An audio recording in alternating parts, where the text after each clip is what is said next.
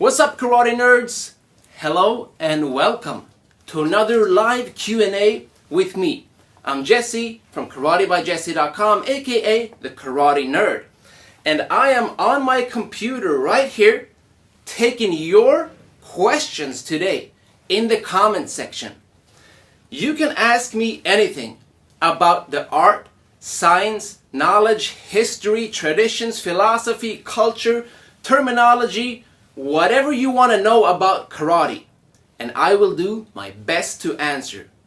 But first of all, please leave a comment and let me know if the audio is okay, because to me, hearing is really important. And if we're communicating today, then of course we need to be able to hear each other.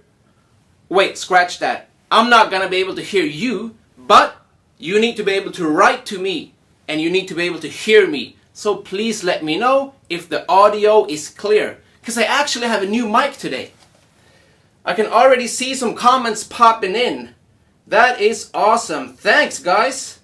Then let's get this Q&A started. Now,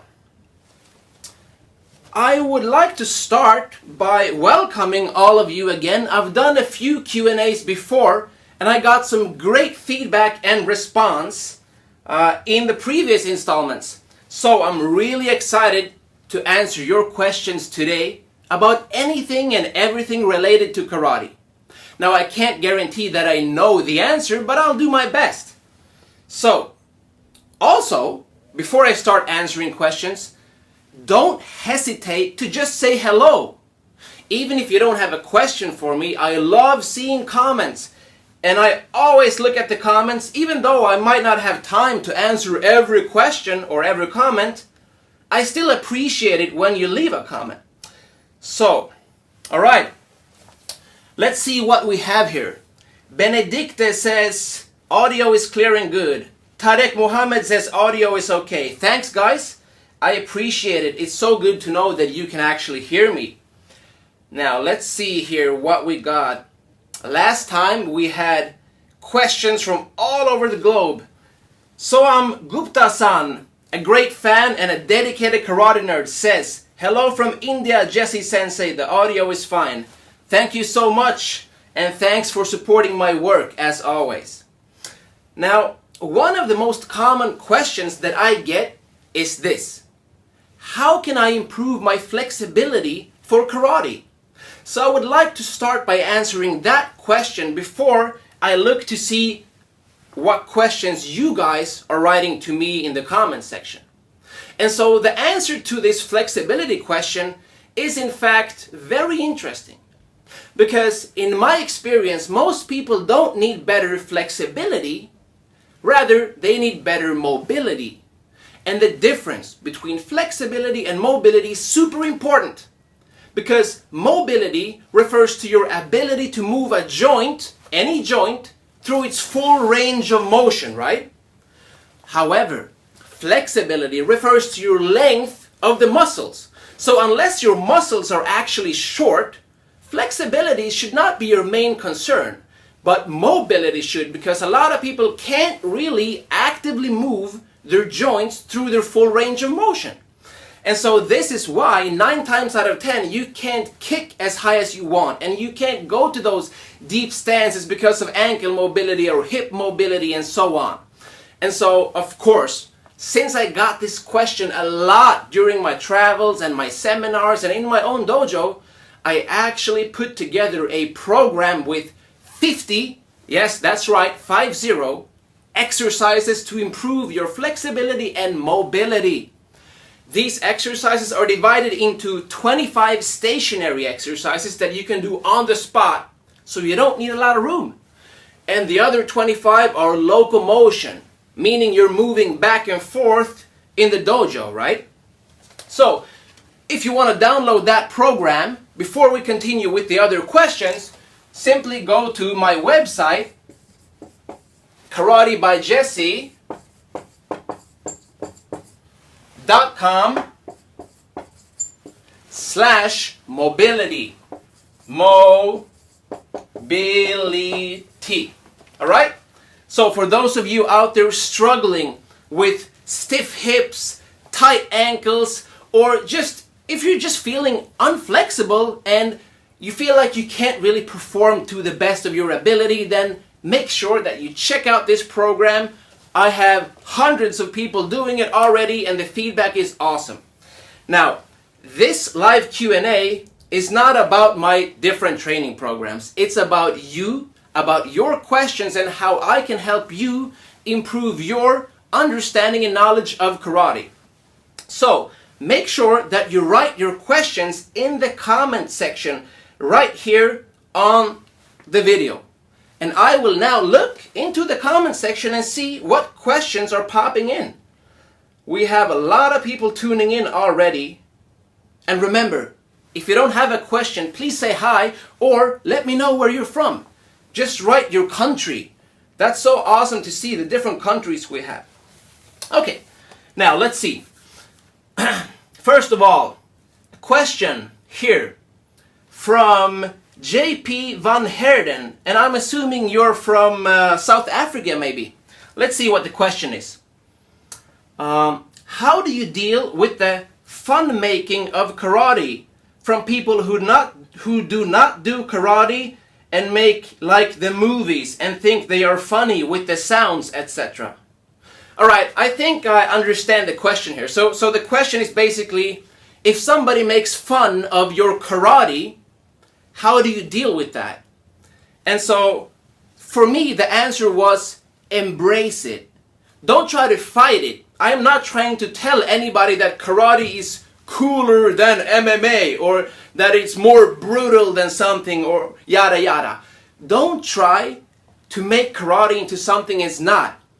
For me, karate is a very individual journey, and you should do it for your reasons, not to try to prove anybody wrong or to try to argue with people that karate is better than this or that. It's irrelevant.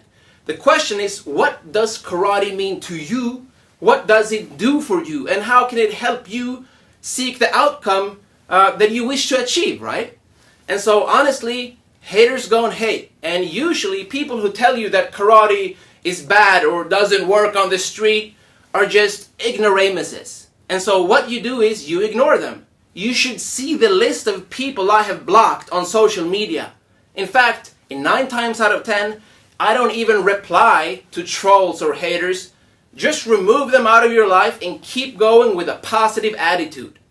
That's what I do. I hope that helps. Now, next. Kime Milem. Oh, that's Carlos, Sensei Carlos, who hosted me in my Portugal seminar. Hi, Jesse-san, from your friends in Portugal. Obrigado, muito obrigado. Thank you so much. I love hearing from people who have visited my seminars or who have organized my seminars or hosted me in their countries. It's so cool to see that we're still staying in touch, and that's the beautiful thing about social media, right? Okay, let's go with the questions. Let me see. And in the meanwhile, let me just take this away here. I assume you already had that written down. Now, next question. Okay, Mikael Dui. Is that from France? Mikael-san has this question. Hey Jesse, could you explain the difference between traditional and modern karate? Absolutely, it will be my pleasure. First of all, I would like to say that, to me, this divide between traditional and modern is not really positive. Personally, I love to bridge the gap between the old and the new.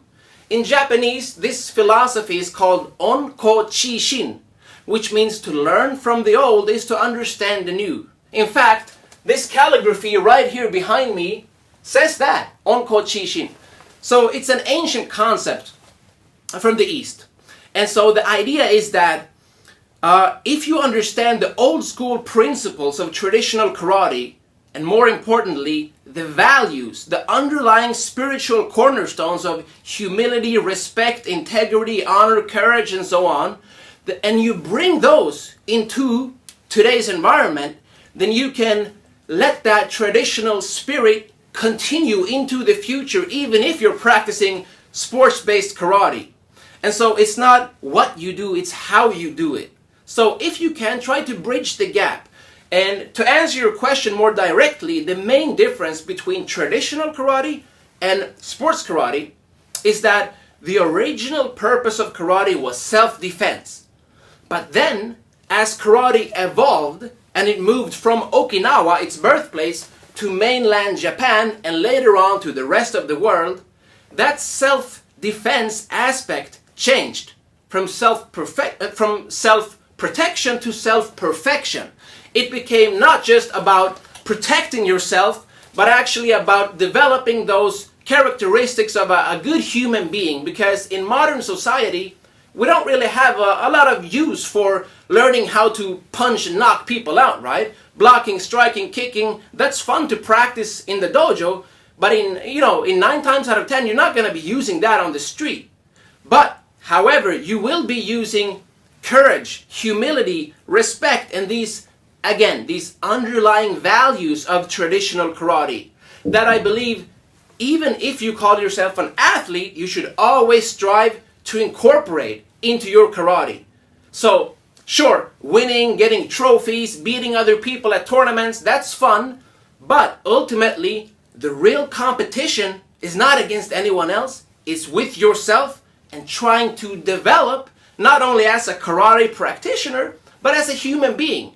So don't strive to compete or beat anyone else, rather your old self, so you can progress into the future as a new, better human being.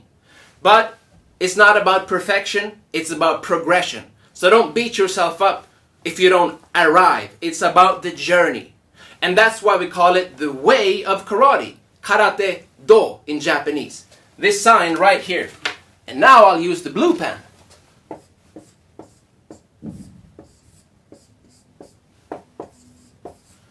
For all you Japanese teachers out there, is this alright? Thanks. It was a while ago I studied at Okinawa University in 2009. But this right here is the way, the path. And it's not a physical path or way, right? It's the spiritual one that we're all walking. Okay, that was a very long answer to this question, but I hope that it helps. Alright. Let's see. Next question is from Robert Dixon in the UK. He says, "Hey Jesse, when you coming back to teach in the UK? I missed you recently, unfortunately." Well, thanks for your question, Robert son. Now, let me count. I've been in the UK like a dozen times already for seminars. And then I've been there to compete or to do other projects. So it feels almost like my second or maybe my third or fourth home. I have a lot of homes these days.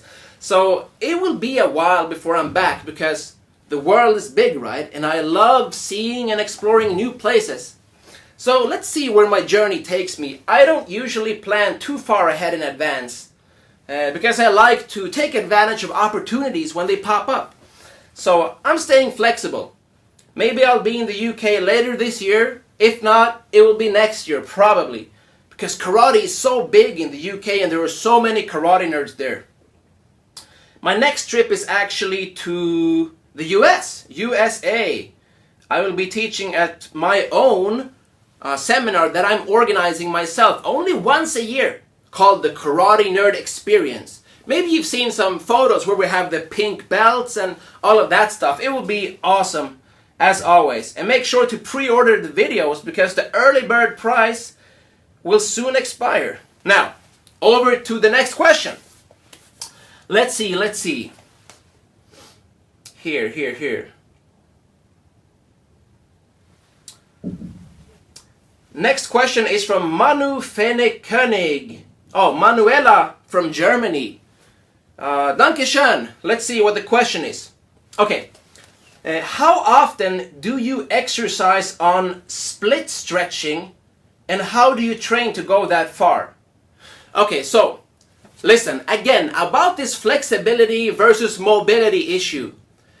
I almost never stretch unless I've been doing weight training. Because when you contract your muscles a lot, when you do resistance-based training in the gym, for example, your muscles will become tight and stiff. At those times, I do practice flexibility just to get that regular muscle length back. But after that, you don't want to continue with flexibility because it actually decreases your explosive power. Okay? So what you need is mobility, and only stretch, only do passive static stretching if you have short muscles. Otherwise, practice mobility. I do my mobility program every single day, and I almost never stretch, but at any given time I can kick somebody in the head or do a deep sumo stance, a shikodachi or a kibadachi, without any warm-up, because it's part of my regular habit or routine. And you are a product of your environment. So make sure that you get my mobility program that I told you about in the beginning. karatebyjesse.com/mobility, and then make that a new habit, even outside of training if you can. Alright, enough about that topic. Let's move on. Next question. Okay, this is from someone with a Chinese name, and I can't really read Chinese, I'm sorry. So the question is this. Hi Jesse, what is the purpose of the sanchin dachi, the sanchin stance, done in the Naha-based karate styles like Goju-ryu or Uechi-ryu? Yeah, that's a good question. Because for many people, the sanchin dachi looks pretty strange. Imagine my hands are my feet. So sanchin dachi looks like this, almost like you're about to pee yourself, okay? So your feet are basically pointing in this direction, okay? Imagine these are the feet. And so sanchin dachi, this stance, is the fundamental stance of all of the Nahate-based karate styles. For example, Goju-ryu, even if you're in Goju Kai or Uechi-ryu, and so on. And of course, other styles like Shito-ryu have them as well. And almost, even in Shotokan, the Hangetsu dachi is like a very big sanchin dachi. And so the question is, basically, what was the question?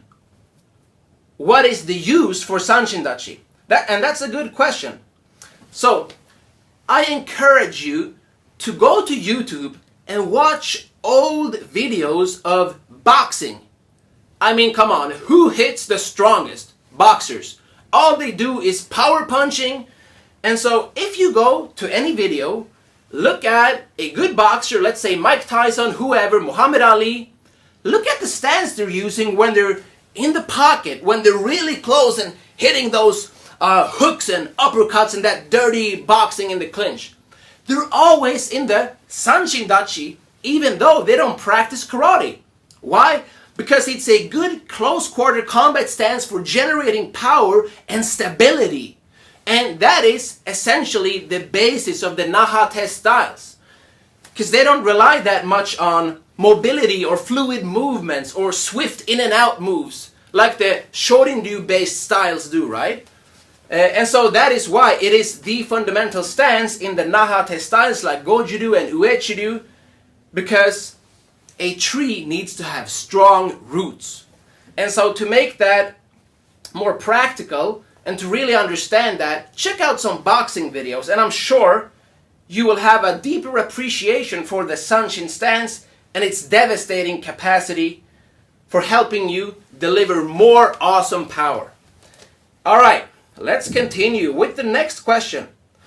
For those of you just tuning in right now, my name's Jesse from karatebyjesse.com, aka the Karate Nerd. And I'm here today to answer your questions about karate. It could be anything related to karate in general, or perhaps my work, my books, my videos, my seminars, some of my companies, I have a couple of them, or my dojo.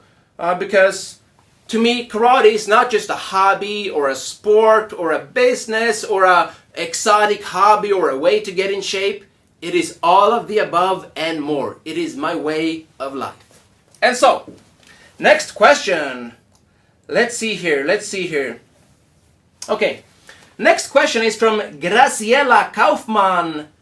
I recognize this name because this is another dedicated karate nerd. So the question is, Hi Jesse. Do some of your students in your dojo watch your videos and or read your articles and books? You know what? Honestly, I think they do, but I'm not sure because I never ask. I don't produce my material, my videos, articles, books, and so on for my own students. I do it for you guys watching here. With my own students, I have a separate program that is more private. It is what I do in the regular classes in my dojo. And so I think a lot of them follow my work, but it is not always relevant to what they're practicing themselves in our private or regular classes here. So I think they do, but perhaps not as intensely as you guys do. Alright? Okay, next question. Let's see. Next question is from Barbara-san. Hello, Barbara. Also, if you guys ask me a question, let me know where you're from. It just makes it more fun. I guess Barbara is from Germany. Okay. Oh, from Austria. Alright, hello Austria. What is the best way to practice Ki? Good question. Now, first of all, let's define Ki. What is Ki? Ki plus I. Ki, the word itself, consists of two parts. The first part, ki, means energy in Japanese. The second word, I, means to unite or to bring together. In other words, you are compressing and delivering an instant release of energy when you do a technique and scream at the same time. And so it is important to understand that it's not just about screaming or about doing any type of battle cry.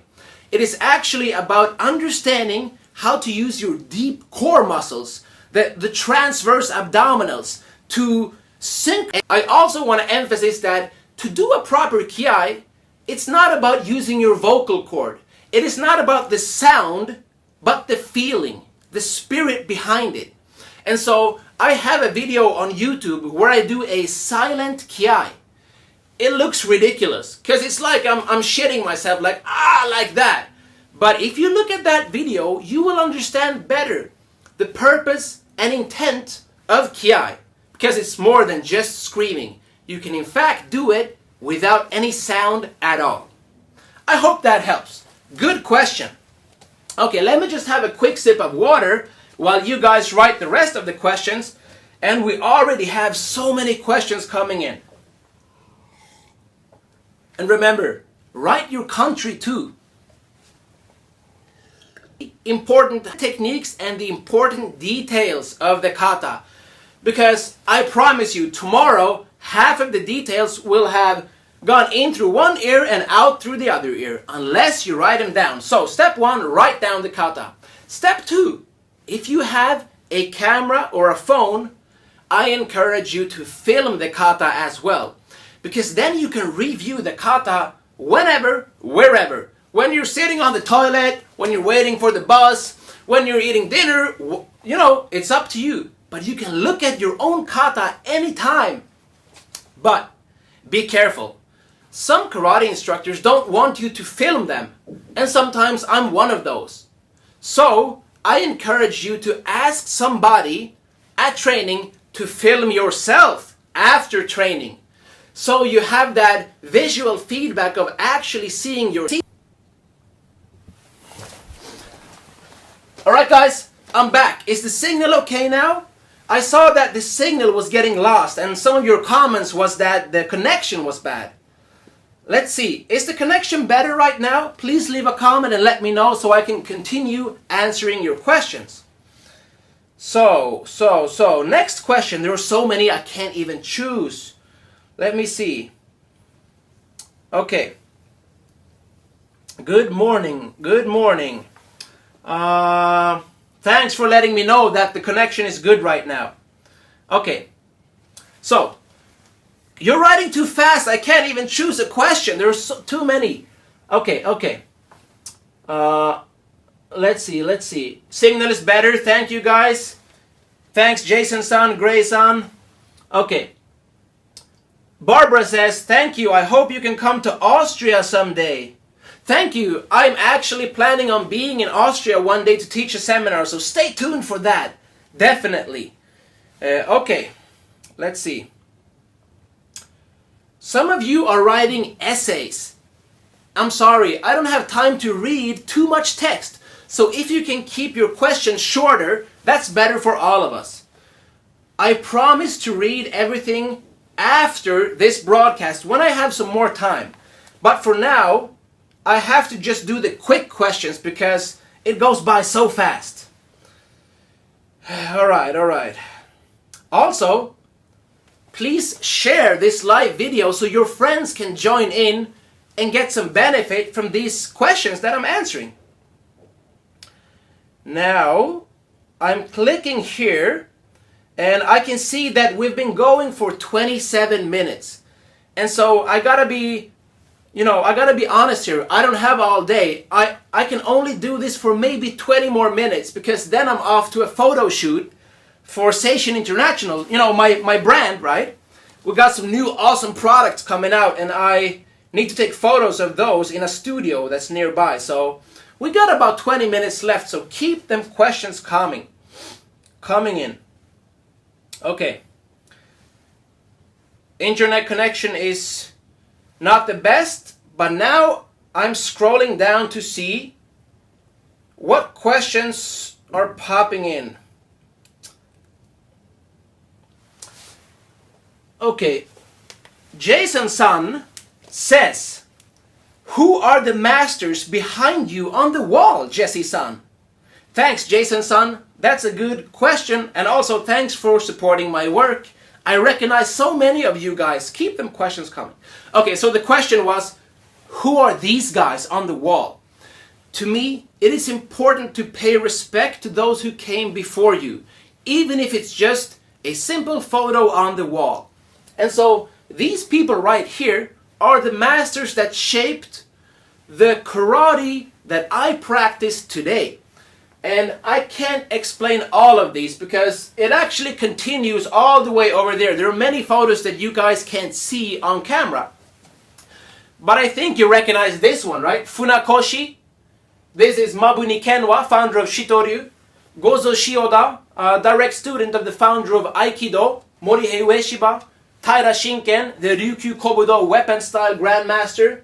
And then Motobuchoki, Konishi, Yasuhiro, Chojun, Miyagi, Seiko, Fujita, Inoue Motokatsu. So many different masters that shaped the stuff that I teach here at our academy today. And so it's simply a good way to pay respect to those who came before us, because in the legendary words of, I think it was Isaac Newton, who said that if I can see further than anyone else, it is only because I have been standing on the shoulders of giants. So, let's continue. I like that quote.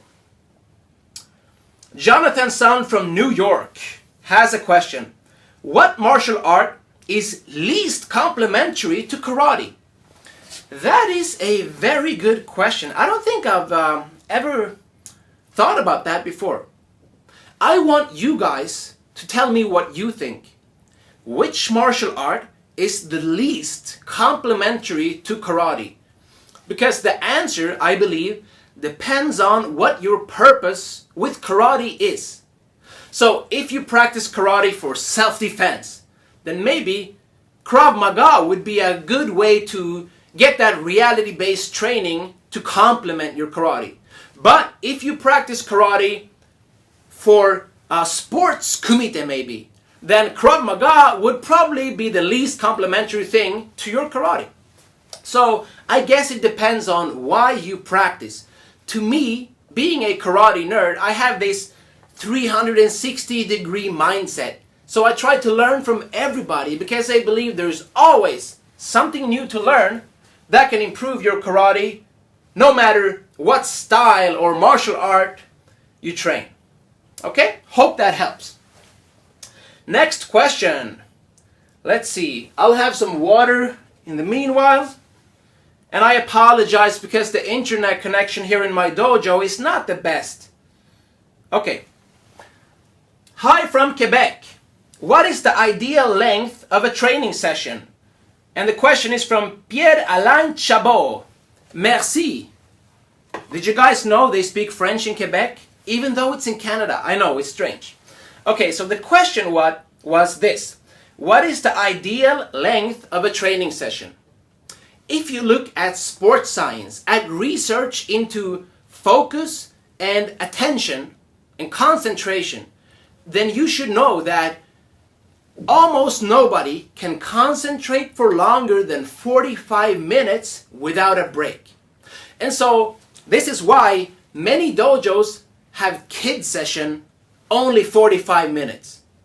But I know some dojos who have adult sessions 2 hours, which is crazy unless you have a break. So it depends on how high intensity you have in training and what your goals are. If you meditate, then your training session can be 5 hours, right? But if you do something that requires a lot of prefrontal cortex, a lot of thinking and logical, memorization, then 45 minutes would be the maximum if you're trying to push your own capacity higher. After that, you really need a break. So for me, in my dojo, we have usually 90 minutes or 1 hour and 15 minutes and so on, depends on the format. When I teach my seminars, I usually have 2 hours. But then again, I have a few water breaks just to make sure that people are fresh, not just in the body, but also in the head. Because it's a lot to think about when you're at a seminar, at least my seminars. I hope that helps. Okay, next question. Oh, is there a problem with the signal again? Is there a connection issue? Please let me know if you can see me and hear me fine, so that I know if I'm just talking to nobody or if you guys are actually there. It seems to be fine. Good. Thank you. I appreciate every comment you guys leave, even if it's not a question. Just hearing from you, just letting me know that, hey Jesse, I'm here, really makes my day. So, scrolling down to the next question. Let's see.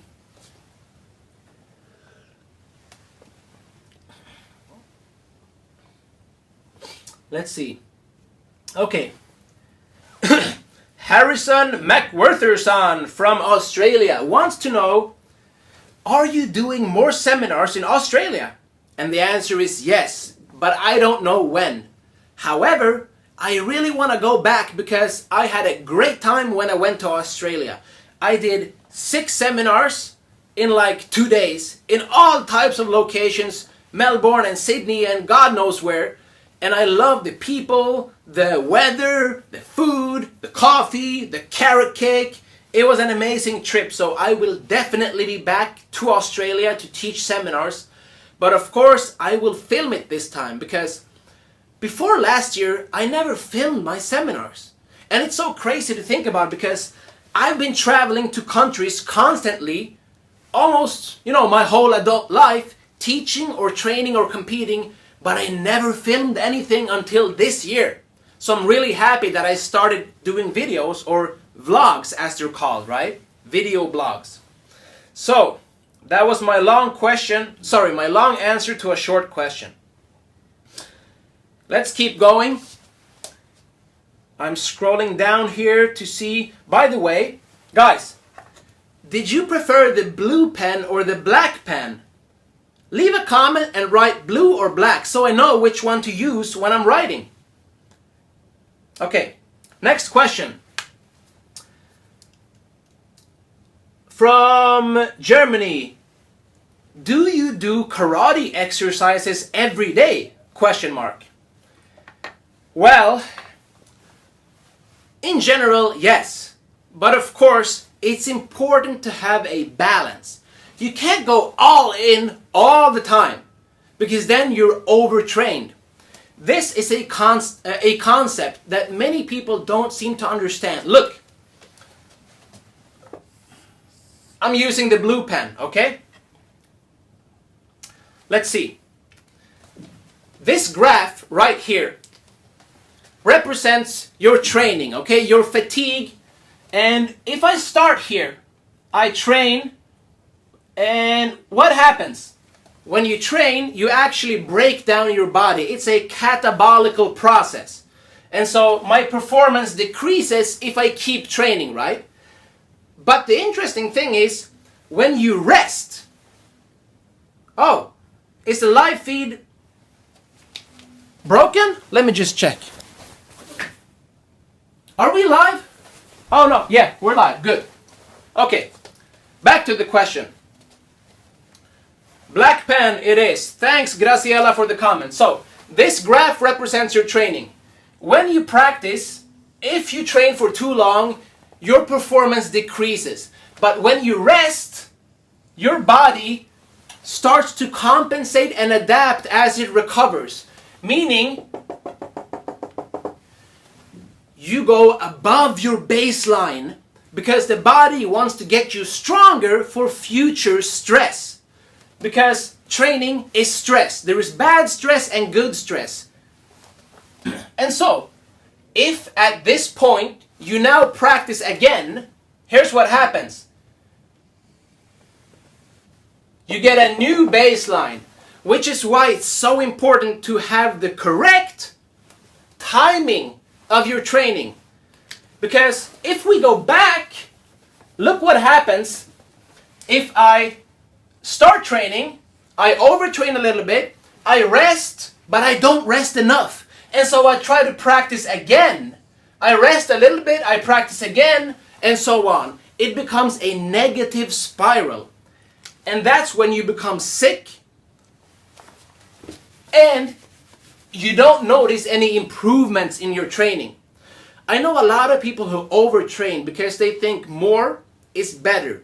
But in fact, more is just more. Better is better. So think about your training, not just how hard you practice or how often, but more importantly, your recovery too. Because that will determine if you overtrain or undertrain. Okay? I hope that helps. Again, sorry for the connection issues. It's not the best internet. But I can see in your comments that you're telling me that it's okay now. I appreciate that, so I really know. Okay, new question. Hello, Alpha Bravo-san. That's an interesting name, Alpha Bravo. Is that your real name or your superhero name? Okay, I'll have a quick sip of water and then we'll go to the next question.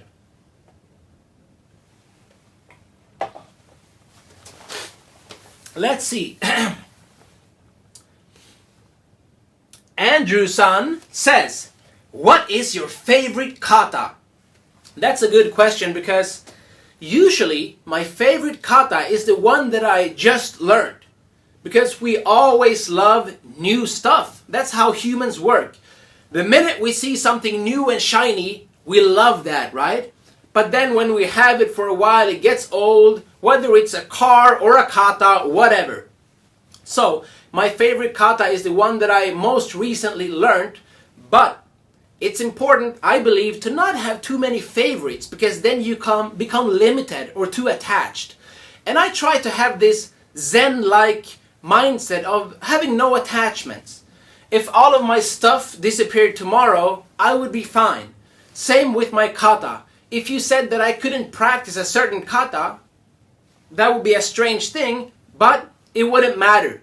Because to me, it's not about a kata, it's about the principles behind the techniques. In fact, if you understand the principles, in theory, you could make your own kata, depending on what your goal with training is, of course. Again, karate is a highly individual journey, and I encourage all of you to figure out why you're practicing, because your reason could very well be different from his or her or even your sensei's reasons. Right?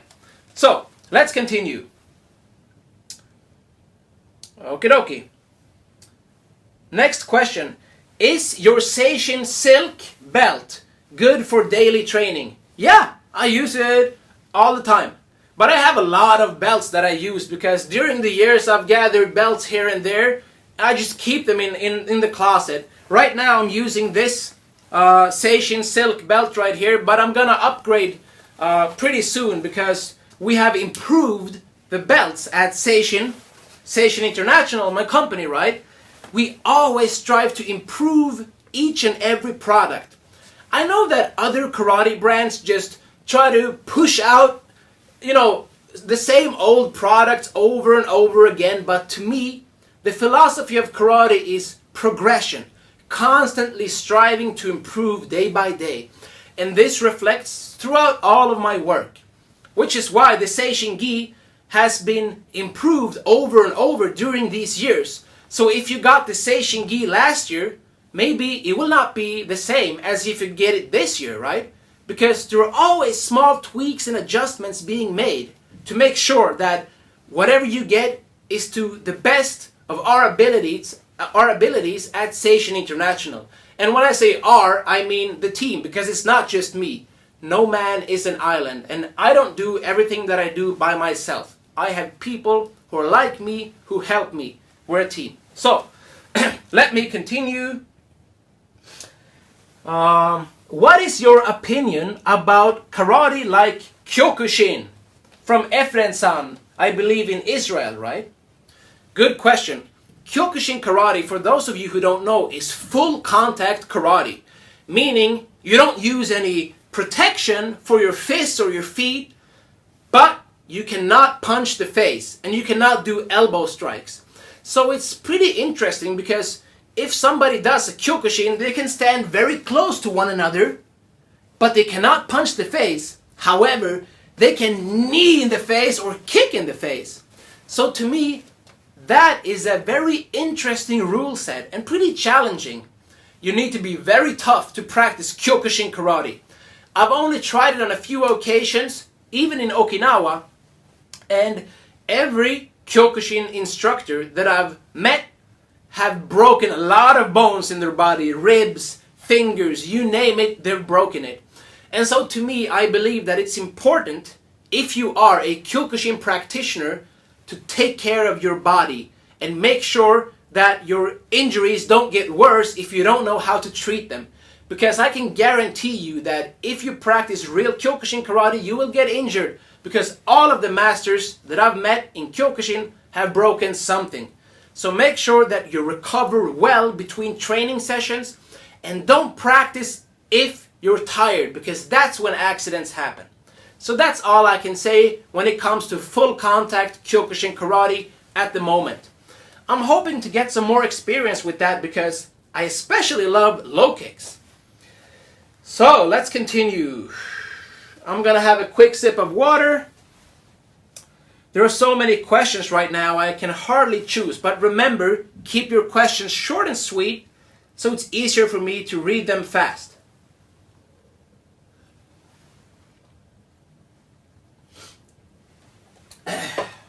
Okay, let's see.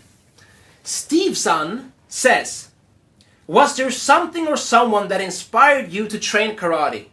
And the answer is obvious to those of you who know me, my parents.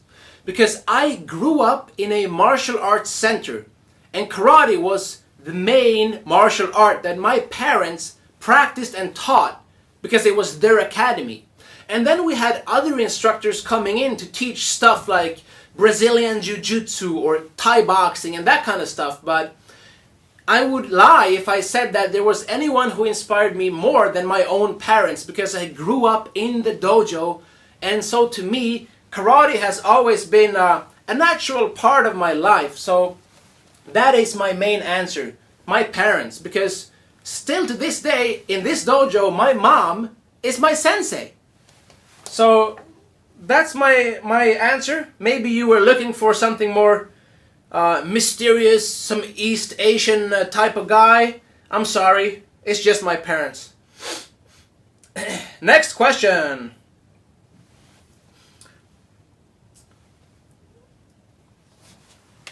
Okay.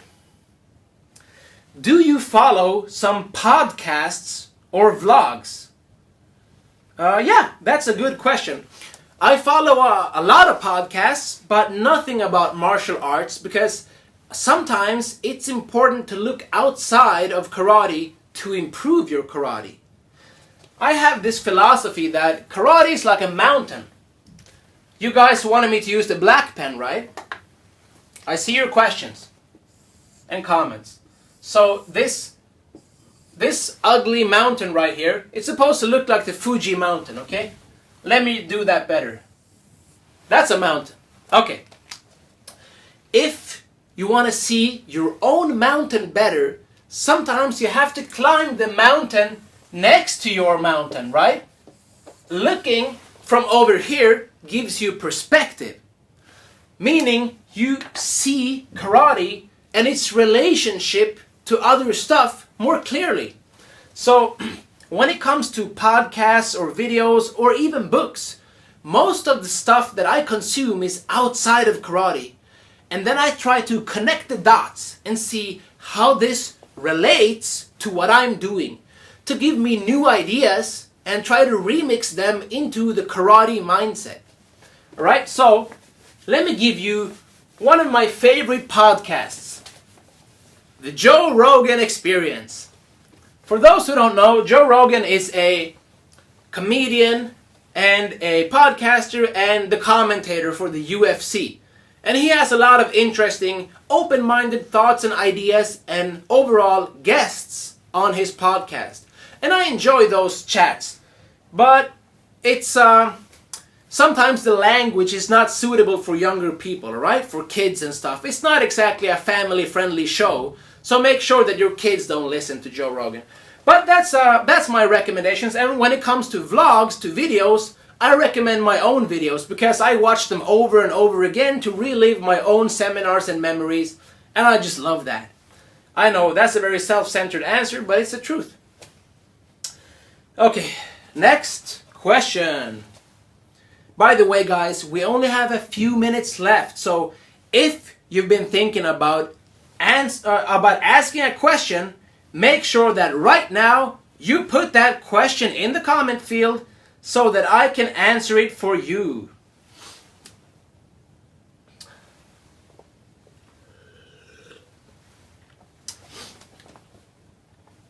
Okay, Ryan Shields from Canada, hello sensei, says, have you ever practiced a kata with the timbe and rochin? For those of you who don't know, the timbe is the shield and the rochin is the short spear that we use in Kobudo, the art of using karate's ancient weapons, which of course comes from Okinawa, the birthplace of karate. And the answer is yes. I practice one kata called Kanigawa no Timbe, plus the two-person kumite or drills and the bunkai for that kata.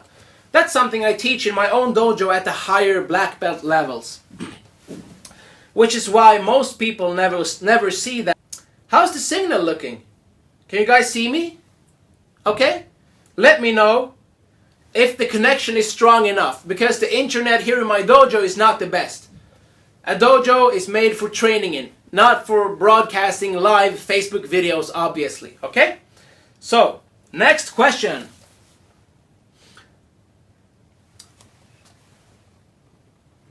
Erickson says, as a child, did you ever lose interest in karate? And the answer is yes. Many times for me, going to the dojo was something I did because my parents and my brother were there. Not because I necessarily wanted to go myself. I would rather ride my skateboard or eat carrot cake or play video games, right? But I remember clearly, one time I decided to stay home when the rest of my family went to practice. And it was so boring to be home alone that from that day on, I never skipped training again. I was like, I don't know, 7, 8 years old maybe. And so, even if I went to training, sometimes it was boring. Because karate, as you guys know, consists of a lot of repetition. Punching, punching, kicking, repeating over and over and over again. And at that point, I didn't really understand why. It was just boring. But now, as I'm older, I'm grateful for that experience because without that constant repetition, you need those reps in your so-called muscle memory to actually improve and get to the next level. Because if everything you do is always consciously made instead of unconsciously, meaning you've repeated it so you guys tuned in to ask me questions as well. Let's do a couple of final questions, okay? Because I can sense that my internet here is totally tapping out right now. So, I'll do a few more questions, but then I really gotta log off and head to the photo studio to do some new shots for the upcoming secret products of Seishin International. Okay, taking your questions here. Carlos-san says, when you compete, do you like more kata or point fighting? Thanks for your question, Carlos-san. To be honest, I love all aspects of karate, but when I compete, I don't compete because I want to take part. I compete to win. Otherwise, I would be still in the dojo, right? I compete to challenge myself, to bring out the best in me at that moment in time. And so I personally think I'm better at kata than point fighting, which is why I do kumite or point fighting in the dojo, but when I compete, I try to bring my A game, and since I'm better at kata in my opinion, I compete generally in kata. I hope that answers your question. But of course, remember, competition is only a small part of the whole. Most people who practice karate couldn't care less about competing. In fact, in my own dojo, we have like, I don't know, 5 people competing in total. And we have a few hundred members, right? It's not a big deal for me. It's something I do for myself. Okay, let's see. Yep, maybe we can do, let's see, what time is it? Maybe 2 or 3 more questions, okay? Then I really gotta rush. You guys are keeping me here. Okay. Bolivar-san says, thank you, Sensei Jesse. Your insight in karate is very helpful. Thank you so much. I love sharing what I know. Even if I don't know much, all of us have something to teach each other and learn from each other. That's how we all grow. So I encourage all of you to teach someone something today, even if you don't think that you're good enough. Because all of us know something that somebody else don't know. Okay, signal is starting to go downhill, I hear. I see. But I think we have time for one more question. I'm praying to the internet gods that we still have a connection. Okay. Lawrence-san says, what is your favorite thing about karate? That is a very good question. Because, as most of you guys know, I'm a karate nerd. Which means that I never have one favorite thing. But I actually move from thing to thing to thing to thing to thing. Kata, kumite, kobudo, bunkai, makiwara, groundwork. You know, there's so many things you can practice. And to me, this is the secret to never losing motivation for karate. Because if or when I get tired of one certain aspect of karate, I simply jump to the next. I'm still doing karate, but in a different way.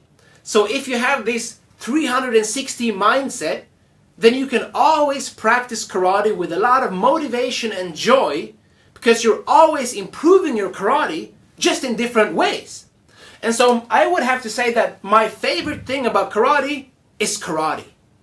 And I guess that is a good way to finish this live broadcast. I want to finish by thanking you guys so very much for tuning in today and asking me a bunch of awesome, challenging questions. I love challenging myself, but above all, I love connecting with you guys.